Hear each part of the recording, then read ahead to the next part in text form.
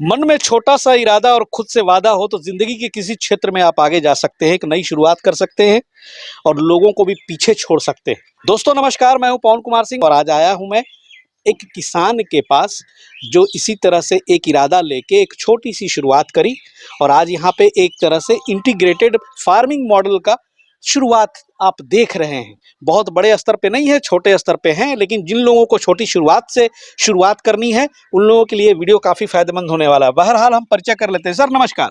नमस्कार क्या नाम सर। हुआ आपका? संजय कुमार। संजय जी बहुत बहुत स्वागत है। बहुत और संजय जी छोटा सा फार्म है, बहुत खूबसूरत है। यहाँ पे मुझे बकरियाँ दिखी, यहाँ पे मुझे मुर्गियाँ दिखी और यहाँ पे मुझे बत्तख भी दिखे। हालांकि बत्तख एक नदी में है, पीछे एक नदी बह रही है, क्या नाम है उसका? महतमाइन नदी है वो। अच्छा, कौन सा नदी? महतमाइन नदी। महतमाइन नदी। और उसमें जो बत्तख है आराम से तैर रहे हैं, मजे ले रहे हैं। बहुत सारे तो संजय जी से जानते हैं कि ये जो इंटीग्रेटेड फार्मिंग आपने एक तैयार किया है, इसकी शुरुआत कब करी? 28 जून 2021 को हम लोग यहाँ शुरू कर दिए थे बकरी पालन। अच्छा। और उससे पहले हम किसान खेती करते थे। अच्छा। अचानक मैंने दिल में हुआ कि नहीं, कुछ रोजगार करना चाहिए और हमने तन मन से बकरी पालन का संकल्प लिया और किए। यही जो दिल में जगती है ना, एक छोटी सी चिंगारी, एक छोटा सा शोला जो भड़कता है जिंदगी में कुछ नया करने का, और उसी समय मैंने बोला कि ये खुद से वादा अगर करेंगे पूरे विश्वास के साथ कि मैं ये कर सकता हूँ तो आप कर सकते हैं। और अभी 2 साल हो गए। 2 साल में अभी क्या क्या स्थितियां हैं बकरी की, मुर्गी की और बत्तख की, ये बताएं। बकरी की स्थितियाँ ये है सर कि शुरुआत में हम पाठी खरीद लिए थे। जब स्टार्टिंग किए तो 14 पाठी लेके चले आए। अच्छा, स्टार्टिंग के 14 पाठी से? 14 पाठी से अच्छा। लेके आ गए और उसके जस्ट 10-15 दिन के बाद हम लोगों को लगा, ना जानकारी रहने के कारण, कि अब इसके लिए ब्रीडर चाहिए।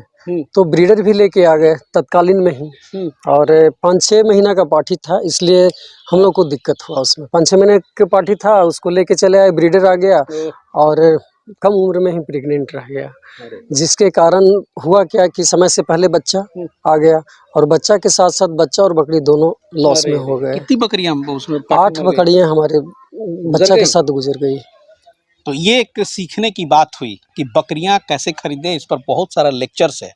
पाठी ले आया इन्होंने, सही कदम था, लेकिन पाठी के साथ इन्होंने जो ब्रीडर लाया वो इन्होंने गलत स्टेप ले लिया समय से पहले। और ब्रीडर अगर लाया भी तो उसकी मैनेजमेंट करनी चाहिए थी, उसे अलग रखना चाहिए था, उसे पाठी के बीच में नहीं छोड़ना चाहिए था।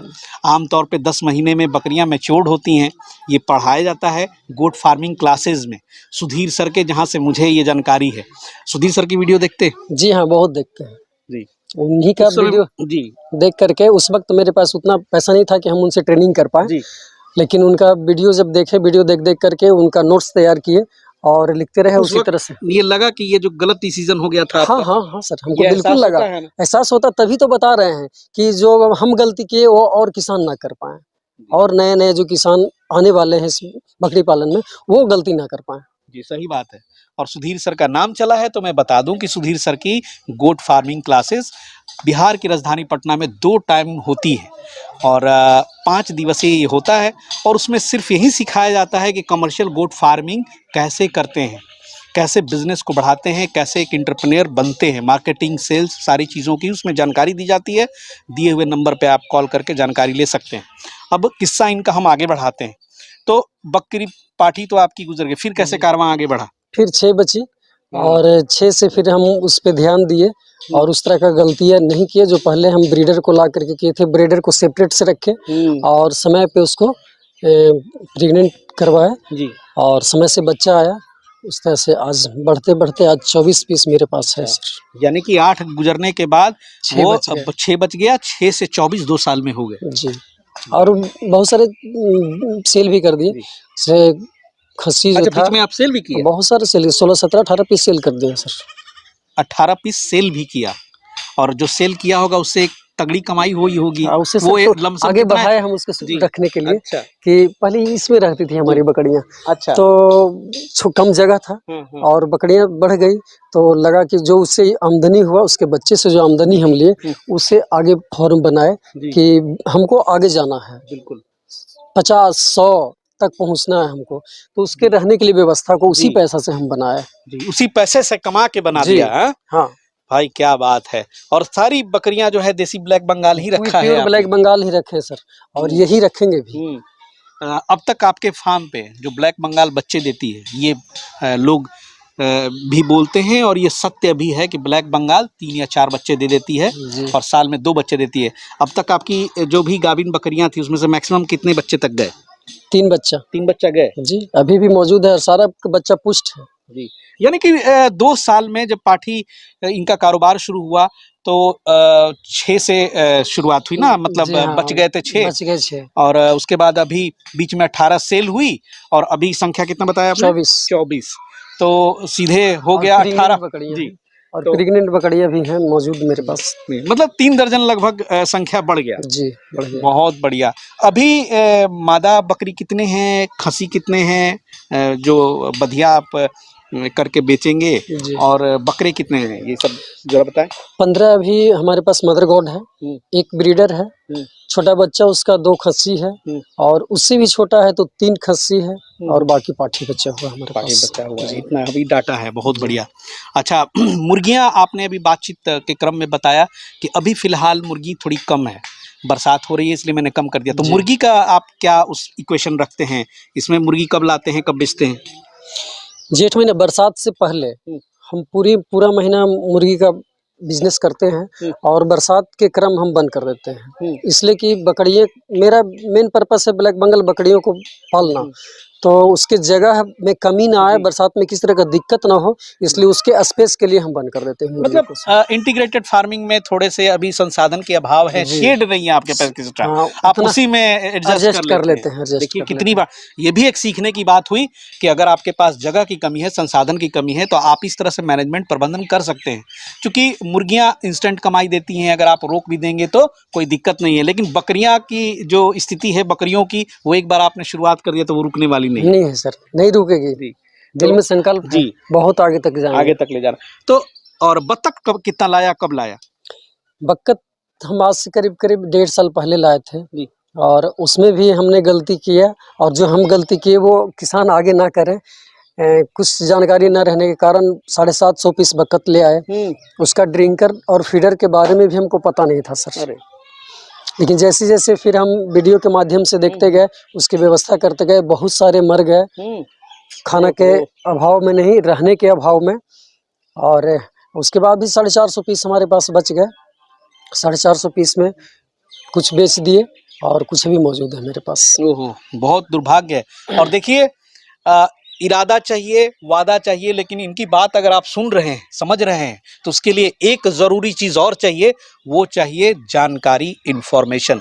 यानी कि आज के जो दौर में कोई भी काम अगर शुरू करते हैं तो उसमें आपको लॉट्स ऑफ इन्फॉर्मेशन पता करना होगा, उसको इकट्ठा करना होगा, और आप चाहें तो उसको विधिवत ट्रेनिंग लेके भी शुरू कर सकते हैं। चाहें तो आप बहुत सारे चीज़ें आसपास के अनुभवी किसानों से, जैसे इन्होंने यूट्यूब देखा, वहाँ से भी पहले जानकारी को नोट डाउन करके सारी चीज़ों को, मतलब थोड़ा एक्साइटनेस में अगर आप कोई अपना कदम बढ़ा दिया इस तरह से, तो जैसे इनको नुकसान हुआ आपको भी नुकसान हो सकता है। क्या मैंने गलत कहा? नहीं सर, बिल्कुल सही। जी। तो अब जो है सर, ये बता दें कि ये जो शेड बनाया आपने, कमा के बनाया, जी, ये शेड कितने बाई कितने का बनाया और क्या खर्च लागत इसमें आई? ये 20 बाई 50 का है, जिसमें 20 बाई 30 अभी कंप्लीट काम के लिए है, और 20 बचा हुआ है बैठने उठने के लिए, लोगों को आने के लिए, और इसमें करीब करीब 50 से 60 हज़ार रुपये खर्च है सर। 60,000 में ये बन के तैयार जी, हो गया। सारा इसमें ईट बकरियां मैनेजमेंट रहती। सब कुछ अपना है, अच्छा। सिर्फ करकट ही लाए थे हम लोग। अच्छा अच्छा। थोड़ा सा अब चलिए रहने का तो चलिए बहुत बढ़िया है। स्क्रीन पे आप अंदर देख रहे होंगे, बहुत ही अच्छा से बनाया भी है इन्होंने, जो बेसिक रिक्वायरमेंट होती है, जो एक देसी अंदाज में इन्होंने शेड का निर्माण करा लिया। थोड़ा सा बात कर लेते हैं फीड मैनेजमेंट पे। बकरियों को क्या चराई पे भेजते हैं कि यहाँ भी आप फीड दोनों सेमी स्टॉल पे रखते हैं, क्या करते हैं? नहीं, मेन पर्पस चराई पे रहता है सर, लेकिन बरसात से पहले हम इसको भूसा खिलाते हैं, चोकर उकर दे करके, ताकि बरसात में अगर पानी का अभाव, पानी पड़ रहा हो, तो अगर बाहर ना जा सकती है तो भूसा खा करके मैनेज अपने आप को कर ले। यानी कि स्टॉल फीड पर केवल इमरजेंसी में, बाकी इमरजेंसी आपका में, हमेशा हाँ, चराई पे चराई पे रहेगा, रहता बाहर है, अपना मस्त, बाहर उसमें 1 रुपया खर्चा ही नहीं। बहुत सारा जगह है, इसलिए चराई पे मेन पर्पस है। और जब यहाँ बरसात में रखते हैं तो क्या खिलाते हैं उसको? रबी का भूसा है हमारे पास, और चना मसूर सब भूसा है यहाँ। और चोकर उकर चुन्नी मिलाकर के उसको खिला देते, बहुत मजे से खाती है, प्रेम से खा लेती है। अच्छा, तो जो फीड तैयार करते हैं उसमें क्या मुर्गियों के लिए क्या फिर कुछ अलग करते हैं कि इसी से मुर्गियों का काम चला जाता है? नहीं, मुर्गी के लिए उसके लिए फीड दाना अलग मंगाते हैं? दाना मंगाते हैं, मंगाते हैं। मुर्गियों के लिए और दाना ये मंगाते हैं। बत्तख जो ग्रीन फीड कुछ बाहर से मंगाते हैं? हाँ, बड़ा के लिए चावल का खुद्दी जो होता है उसका इस्तेमाल करते हैं, चावल देते हैं। और अब अभी बाहर नदी में चर लेती है ले, और ठंड के समय में उसको बॉयलर फीड जो आता है वो देते हैं, और धान देते हैं। धान बहुत मस्त है उसके लिए, धान इसलिए देते हैं कि उस वक्त अंडा का जो है बढ़ जाता है लेवल उसी उसका। वक्त जरूरत भी पड़ता है खास करके बत्तख पालन में। ऐसे तो वो नदी में चरते रहे कोई जी, दिक्कत कोई नहीं, दिक्कत उससे नहीं है। काम चल जाता है उसका। वो अपना लेकिन बात जब अंडे की आती है तो थोड़ा सा एक्स्ट्रा फीड आपको देना पड़ता है जी देते हैं, ताकि आपके अंडे अच्छे साइज के निकले और निकले निकले वरना निकलते ही नहीं है। चलिए, बहुत बढ़िया लगा। ये गांव कौन सा है? किस्मिरिया गांव हुआ सर, किस्मिरिया गांव। हाँ, फतुहा प्रखंड का किस्मिरिया गांव है, पटना जिला हुआ। अच्छा, सुना आपके भी फार्म पे समस्या आई तो सुधीर सर से आपका संपर्क हुआ, जी। क्या समस्या थी? समस्या ये हुआ सर कि मैं बच्चा जो प्रेग्नेंट बकरियां बच्चा देने से पहले समय से पहले बच्चा दे दी और उसके बाद मर जाती थी। और एक बकरी को फिर ऐसा हुआ कि उसका पेट पूरा फूल गया, बॉयलर फीड खा लिया था बहुत ज़्यादा मात्रा में, पेट फूल गया और पता नहीं था हमको कि क्या करें। तो फिर फतुहा प्रखंड वेटनरी डॉक्टर से संपर्क किए, वहाँ से वो कुछ दवा बताए, लेकिन उससे पहले गुजर चुके हैं। चलिए, अब बकरी पालन में ही तो सीखना है। बहुत सारी जानकारी मैंने क्यों बात की कि बहुत सारी इन्फॉर्मेशंस है जिसकी आप विधिवत ट्रेनिंग ले लें तो आपके लिए बहुत लाभदायक रहेगा। एक चीज़ और पूछूंगा कि इस बार तो होली अभी हाल में 3 महीने हुआ होगा, होली में भी तो आपने खसी बेचा ही होगा जी। क्या भाव से आपने बेचा? 350 रुपये केजी यहाँ से निकल जाता है। देसी भी अपना? जी। टोटल कितनी खसी इस बार होली में गई? 6 गई। अच्छा, यानी कि 18 जो बेचे थे, एक बार हमारे दर्शकों को ज़रूर बता दीजिएगा कि 18 खसी जो लगभग कितना उससे कमाई हुई? मतलब 18 जो बकरी या खसी जो भी कहे। जी, वो 50,000 प्लस था। 50,000 प्लस था। ये 50,000 रुपया के लिए मुझे नहीं लगता है कि कोई अलग से लागत लगाने की जरूरत नहीं सर, नहीं, उसी पैसा से हम और आगे इसको कंप्लीट किए, और जो भी आगे हम बनाएंगे इसी के पैसा से कमा करके हम आगे बनाएंगे। जी, चलिए, बहुत बढ़िया। इसलिए दोस्तों, जब भी शुरुआत करें शुरुआती दौर में इन्वेस्टमेंट को बहुत लो रखें, और इसलिए ब्लैक बंगाल देसी बकरी कोई भी शुरुआत करने के लिए सबसे सही होता है। यही पढ़ाया भी जाता है, सिखाया भी जाता है, खास करके अगर आप बिहार या उत्तर प्रदेश में हैं तो। अन्य राज्यों की बात मैं नहीं करूँगा। लेकिन चलिए, कैसा लगा ये वीडियो ज़रूर कमेंट करके बताइएगा। इस तरह की जो स्टोरीज़ होती हैं हम हमेशा ढूंढने की कोशिश करते हैं, आपके तक पहुंचाने की कोशिश करते हैं। मिलते हैं बहुत जल्द किसी नए एपिसोड में किसी नए फार्मर के यहाँ। तब तक के लिए जय हिंद, जय भारत।